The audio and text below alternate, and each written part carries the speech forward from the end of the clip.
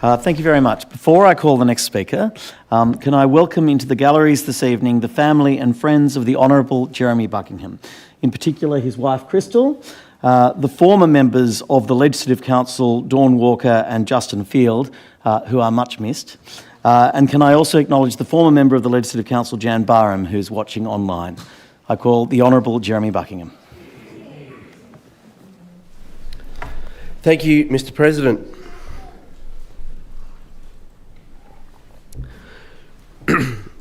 Mr. President, can I start my address in reply by acknowledging the Gadigal people, the traditional custodians of the lands upon which we are meeting today.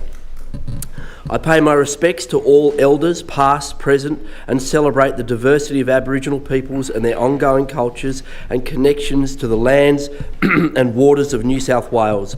I would also like to acknowledge and thank the Gumbungnya people on whose land I make my home on the New South Wales North Coast. I also acknowledge and pay my respects to Aboriginal and Torres Strait Islander people joining us here today. Ginagay. Mr. President, I would like to again congratulate you on your election, and to all new and returning members, offer my congratulations on your election and ongoing role in this new Parliament. After 4 years in the political and literal wilderness, where I learnt so much, it is an incredible honour and privilege to have the opportunity to again serve the people of New South Wales in this place. Mr. President, I would like to begin by making some observations in relation to the upcoming bicentenary of this House, the New South Wales Legislative Council. Firstly, after 200 years of self-government on this continent, I believe it is now time for Australia to become a republic. The absurdity of our independent, multicultural, proudly democratic nation being tied to a redundant hereditary monarchy and prejudicial colonial past was never writ more large than during the recent coronation of King Charles III. What we witnessed from half a world away was the strange spectacle of a dysfunctional familial soap opera cloaked in self-aggrandising pomp, ceremony, and the stolen bling and baubles of a despotic and disappeared empire. It's time to move on. It's time for an Australian head of state. Secondly, it's time for a mature and just nation to support the Uluru Statement from the Heart and its process of voice, treaty and truth. I will be supporting and urge others to support the referendum question recognising our First Nations in the Constitution, thus ensuring a permanent forum for their representation. I believe we must tell the truth about our past and the truth about another shameful bicentenary. For this year, 2023, marks the bicentenary of the commencement of the genocidal wars waged upon the Aboriginal people of then Van Diemen's Land and the vast Wiradjuri nation of the state's Central West. Both tragic events begun and administered by the colonial government of New South Wales and in part this House. I welcome the announcement from the Australian War Memorial Governing Council that they are moving towards a much broader, a much deeper depiction and presentation of frontier violence and the Black Wars. So today, as part of the process of truth-telling, I call on the New South Wales Government to likewise commit to establishing public memorials that acknowledge, educate and commemorate the reality of the Black Wars, the invasion, massacres, colonisation and dispossession, and the incredible suffering, injustices and resistance of First Nations peoples. The names and deeds of this nation's heroic warriors, Pemulwuy, Windradine, Malanagana, amongst others, must be recorded, displayed, celebrated and remembered in perpetuity, lest we forget. Mr. President, 2023 is another significant anniversary, an anniversary of significant change in this country. Fast forward 150 years from 1823 to 1973, 50 years ago. 1973 was a dynamic and dark time. The Cold War raged. The United States, defeated in Vietnam, signs the Paris Peace Accords and withdraws after 1.5 million war-related deaths, including 500 Australians. In Chile, President Salvador Allende is assassinated and the murderous tyrant General Pinochet seizes power in a CIA-backed coup d'etat. The Yom Kippur War precipitates the OPEC oil embargoes and inflation shocks that spiral the global economy into a decade-long recession. Ireland and London are racked by the troubles and murderous bombings. Nixon is impeached. In Durban, striking textile workers become unionised and begin the long march to freedom, dismantling the abhorrent apartheid regime. In Australia, the Aboriginal tent embassy starts. Gough Whitlam makes university free and after 100 years abolishes the racist white Australia policy. The United Tasmania Group formed, becoming the world's first environmental political party. We signed the Treaty on the Non-Proliferation of Nuclear Weapons in protest at the madness of atmospheric nuclear tests by the French on Mururoa Atoll. Political turbulence manifested itself in the cultural and artistic zeitgeist too. Ziggy Stardust retired. Pink Floyd released Dark Side of the Moon. Bob Marley shoots the sheriff. DJ Kool Herc hosts the first hip-hop gig in NYC. Paul McCartney goes solo and is busted growing pot. Patrick White wins the Nobel Prize for Literature, and two great icons of Australian art and creative excellence emerge on the international stage, both within earshot of each other. The Sydney Opera House opens, and the boys from Burwood, AC/DC, perform their first gig at Checkers nightclub on Goulburn Street, Let There Be Rock. 1973, it was obviously all happening, and 50 years it is since Australia's counterculture revolution began with our very own Woodstock just up the Pacific Highway. The Aquarius Festival, the birth of the Australian hippie movement, held in Nimbin in the beautiful rainbow country of northern New South Wales, a gathering celebrating spiritual and ecological awakenings and the shared values of sustainability, peace, freedom, tolerance. An event credited with being the first that sought permission to use land from traditional owners and Australia's first Welcome to Country ceremony, Mr. President. Aquarius was part of a potent global social movement sceptical of authority that since the 1960s had grown in opposition to patriarchy, war, capitalism, consumerism, theocracy, imperialism and prohibition.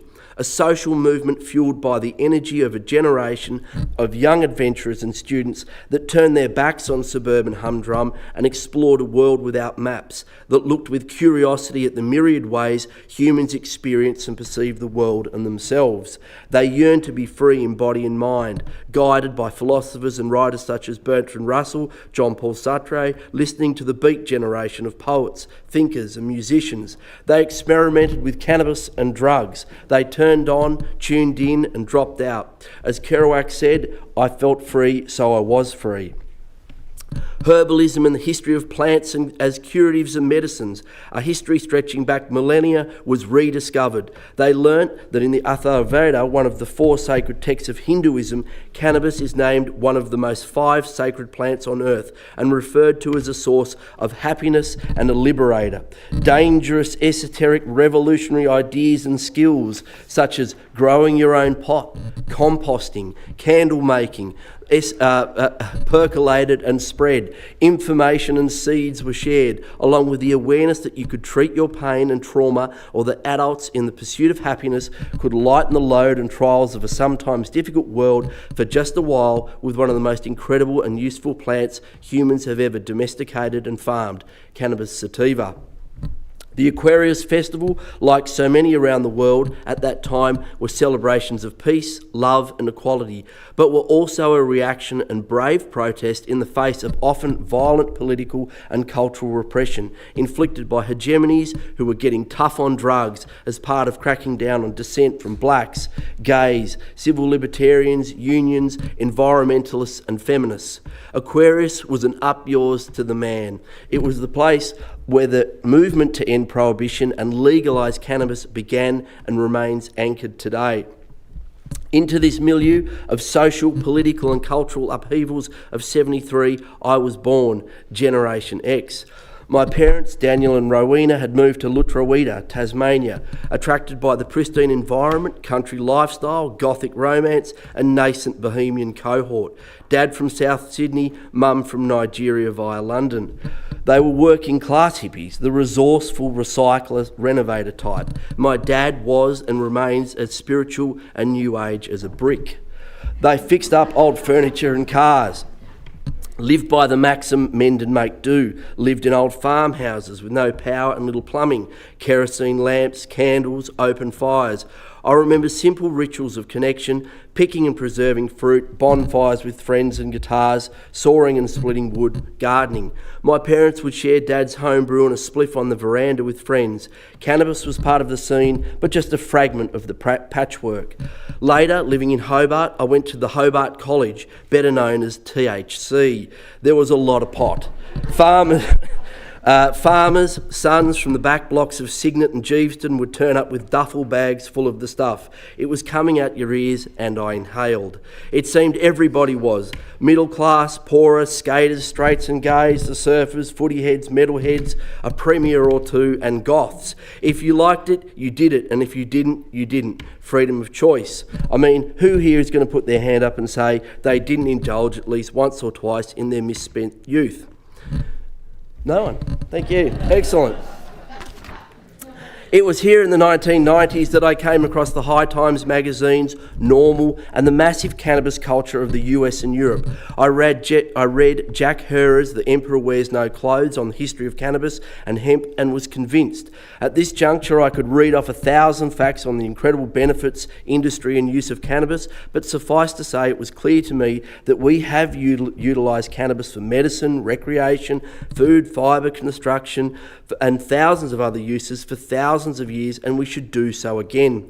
I was amazed by the incredible hidden history of one of humanity's most useful resources and how it could be the solution to some of our most intractable problems. I wasn't alone. The Hemp for Paper Consortium, run by Democrat MLA Patsy Harmson, was arguing and campaigning for hemp as an alternative to native forest logging and paper production derived from wood chip and the destruction of the environment. It was an inspirational triple bottom line solution. I got involved, printed pamphlets, blundered through my first media interview on the ABC, set up an information stall at Salamanca and proselytised. Later at university, studying ecological agriculture, I gained a deeper understanding of hemp as an incredibly valuable and productive plant with untapped potential in crop rotations, disease control, water efficiency and carbon sequestration. But again and again I saw that its uptake would have to overcome the ridiculous regulatory brick wall of prohibitions on cannabis, despite the fact it effectively contained no drug in the form of psychoactive THC. What was in the way? Prohibition.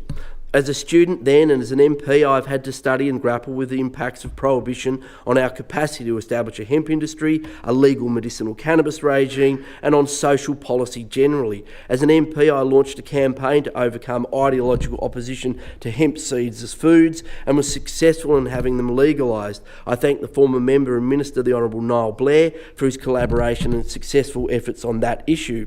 But prohibition, easy to say and easy to sloganeer around. Just say no, zero tolerance. Prohibition, at its heart, is a victory of feelings over facts, a victory of panic over reason, a victory of simplicity over complexity, and a victory for anecdote over evidence. But the truth is, measured in treasure and unnecessary human suffering, prohibition would rate as one of the most tragic, costly, and counterproductive social policies in all human history. Humans have and always will use drugs as medicine and to enliven consciousness and arouse creativity. They can have a mild or powerful effect, be delightful or dangerous, and they can be used and abused, but they can and will ultimately be regulated and made safer.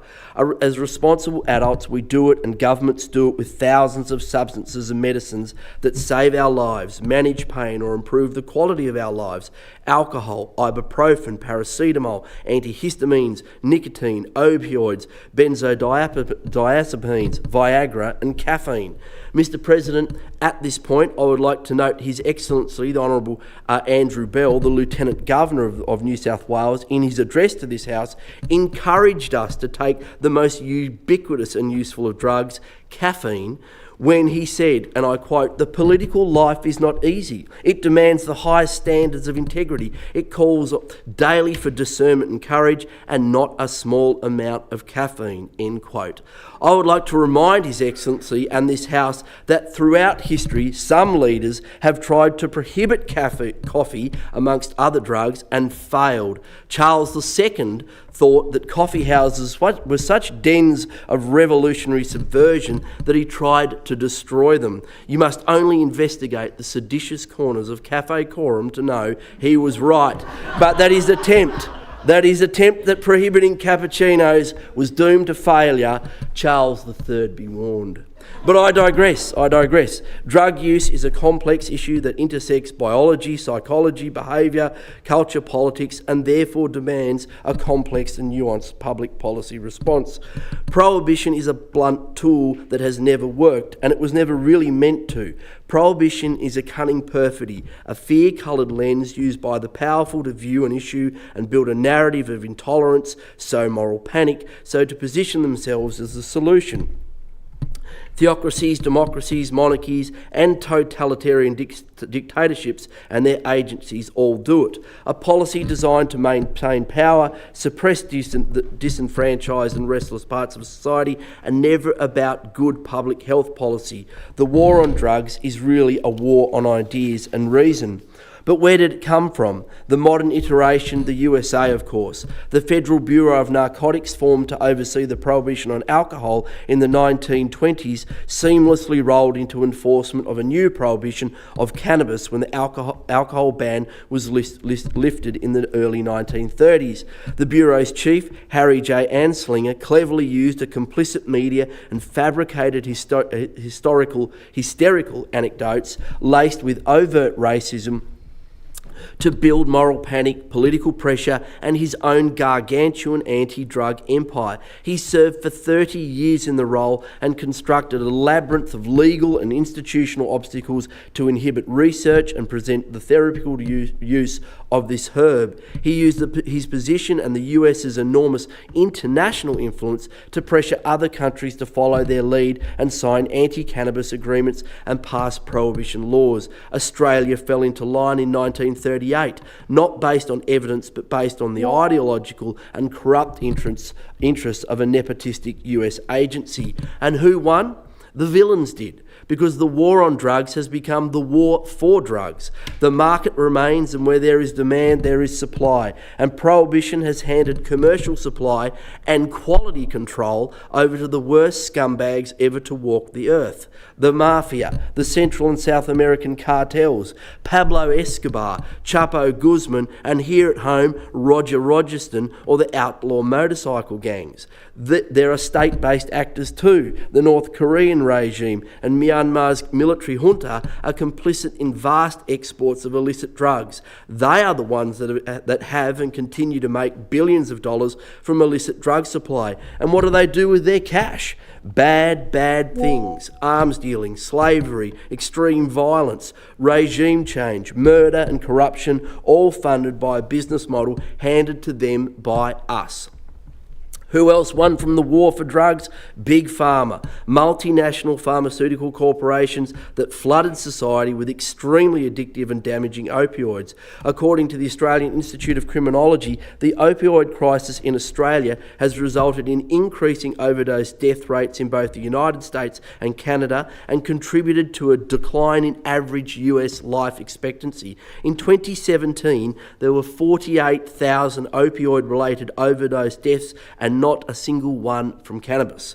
Despite stating that it has adopted an evidence-based approach to the current national drug strategy, neither mentions prohibition nor provides any evidence that prohibition is working, nor a defence of the dependence on deadly opioids. The strategy is based on the simplistic premise that prohibition through law enforcement and border control activities will diminish use and supply, so the market price on illicit drugs will increase, making them harder to procure.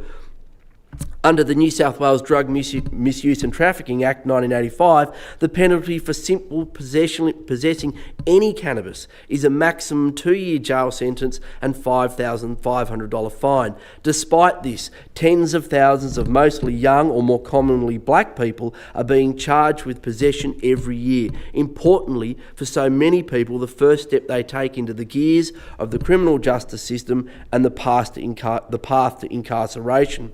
But draconian laws, helicopter raids and strike forces aren't making a dent. Just look at the evidence. In New South Wales and Australia, cannabis remains a cheap working class drug. 65% of people who use it share it and sell it between a network of friends. In 2016, 10.5% of Australians over the age of 14 had used cannabis in the last 12 months, and 34.8% had used cannabis in their lifetime.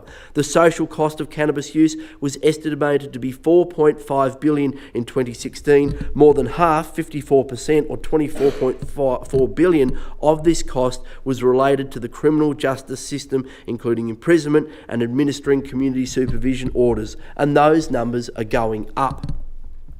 It is madness to continue in this way when there is an alternative. The standard against which we should judge any law is whether some other set of laws would produce the same or better outcomes at lower financial and social cost. And there is. The majority of Australians support legalisation because they don't want their taxes wasted, their friends and families criminalised, and they are looking to superior models in other jurisdictions.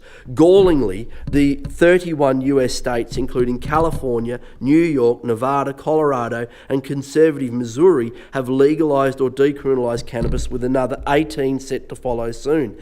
Estimates are the market for medicinal, therapeutic and recreational cannabis sales in the US will soon be $50 billion per annum. Canada has legalised cannabis. In Ontario, a province with a population the size of New South Wales and Victoria combined, legalised cannabis sales are $3 billion per annum, and capital expenditure in the industry is running at $10 billion per annum. Germany, Spain, South Africa, Thailand and Mexico have all legalised cannabis, with scores more moving to decriminalisation. And what is the evidence from these jurisdictions? No significant increase in cannabis use, no psychosis epidemic, no mental health crisis, no crime wave, no epidemic of cannabis-related motor accidents. The ACT has, and now Queensland, are decriminalising all personal possession of illicit drugs. Medicinal cannabis was legalised across Australia in 2016. Hundreds of thousands of Australians have been prescribed and safely use an effective medicine that improves their lives every day. Who is benefiting from this use of medicinal cannabis most? Older women such as the late great Olivia Newton-John, a passionate advocate for cannabis. Sports stars too, Lauren Jackson and Andrew John, credit it with transforming their lives. Cannabis prohibition is coming to an end. Legalisation makes sense, and Australians know it. It's why they voted for us. It's not a matter of if, but when, and most importantly, how. And that is why I and my colleagues in the Legalise Cannabis Party in Western Australia and Victoria have been elected. With almost no budget, no advertising, no how to vote cards, simply passionate advocates for good ideas that need a singular specialist attention. To bring about the change that is 50 years overdue. To fix the broken RDT system and ensure medicinal cannabis users on the roads, in the workplace and in the community are not discriminated against. To make sure people can grow a few plants for adult use and share them without facing the threat of jail. We are a grassroots movement that has grown steadily, patiently and collaboratively, and this is the approach we will adopt in this place, to build trust, understanding and consensus. We will look for solutions to a lot of issues. We will put the health of community and our planet first, stopping CSG in our food bowl, acting on climate change and finding alternatives to cotton and the abuse of the Darling-Barker River will be a priority. Mr President, the future of the Murray-Darling Basin hangs in the balance. A decade of National Party water ministers in New South Wales and Canberra has left the rivers and the basin plan on the brink, and it is an issue for the Legalise Cannabis Party. We know climate change will dramatically reduce inflows across basin catchments.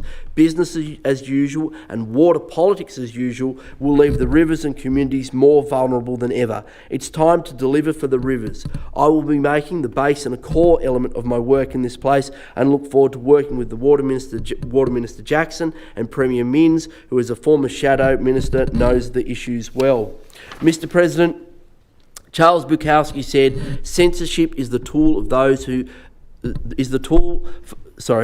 Censorship is the tool of those who have the need to hide actualities from themselves and from others. The Legalise Cannabis Party will not self-censor. We will tell the difficult truth based on the evidence and viewing all issues through the prism of improving public health, social justice, civil liberty and environmental sustainability. For the point of power is maintaining the illusion there is something at the centre of it. If it is not freedom and compassion, then what? The people at the margins, the unemployed, the underemployed, vulnerable, the outsiders, the disabled and their carers, the sick and the dying. I commit to ensuring they will be at the centre of our thoughts and decision making. Mr. President, before I conclude, it is incumbent on me to acknowledge some of the relentless campaigners and activists who are at the heart and soul of the Legalise Cannabis movement and for drug law reform. Gail Hester. What a champion. A retired RN, a patient advocate who began reading the studies, news articles and success stories from patients in the US where people were using cannabis to treat all kinds of medical conditions, from depression, anxiety and pain to cancer. Losing her 21-year-old daughter Sarah to bowel cancer in 2008, she became angry her family had not been able to utilise cannabis. Gail contacted the Hemp Party and set up Facebook groups in every state and state and territory, which she called the Medical Cannabis Users Association of Australia, MCUA, which grew organically to 20,000 members and is the foundation of our party. The ever-affable Michael Balderstone, whose sage advice and tireless pursuit of cannabis law reform as a candidate for the Hemp Party and as the unofficial mayor of Nimbin is an inspiration. David Helpburn, the Dean of Law at Southern Cross Unity, a former crusading magistrate and astute voice on drug law reform. To the organisations and individuals who have worked in this space for decades, like Gino Valbarca, Will Tregoni, Alex Wodak, the Pennington Institute, members of the Labor Party, and the Lambert Initiative, amongst so many others, I hope to be a useful ally. Lucy Haslam, whose passionate advocacy has changed attitudes, laws and the country. Craig Ellis, the Legalise Cannabis chairman, whose incredible energy and organisational skills got the party registered and our ship in order. To my former colleagues and comrades in the Greens, Kate Fairman and David Shoebridge, I particularly thank them for their recent campaigns to legalise cannabis, which did so much to raise the issue, boost our membership and get me elected. Thanks, Dave. Your efforts will not be forgotten. To my friends and supporters, David Quince, Rob McBride, Nick and Sandra Fairfax, Alex Turnbull, Rob Keldoulis, Sue and John McKinnon, Bob Brown, Paul Thomas, Dawn and Mike, Jan Barham, Max and Claire, Sandra Helpburn, Jack and Em, Captain Justin Field, Louise Calloway, thanks for being there. I nearly got there.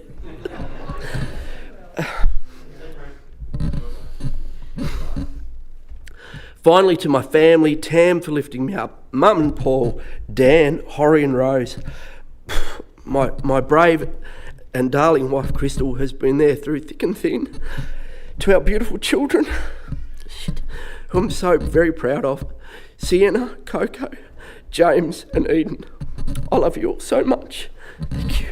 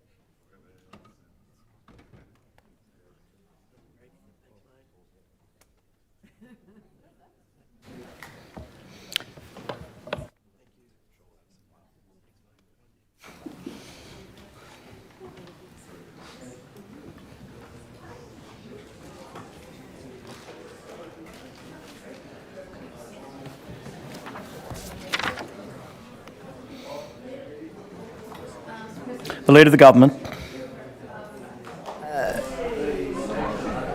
I move that we do adjourn the address and reply debate until the next sitting day. The question is the motion of the Leader of the Government be agreed to. All those of that opinion say aye. To the contrary, no. I believe the ayes have it. The ayes have it. Mr. President, as we welcome Jeremy Buckingham back into the House, I move that the House do now adjourn.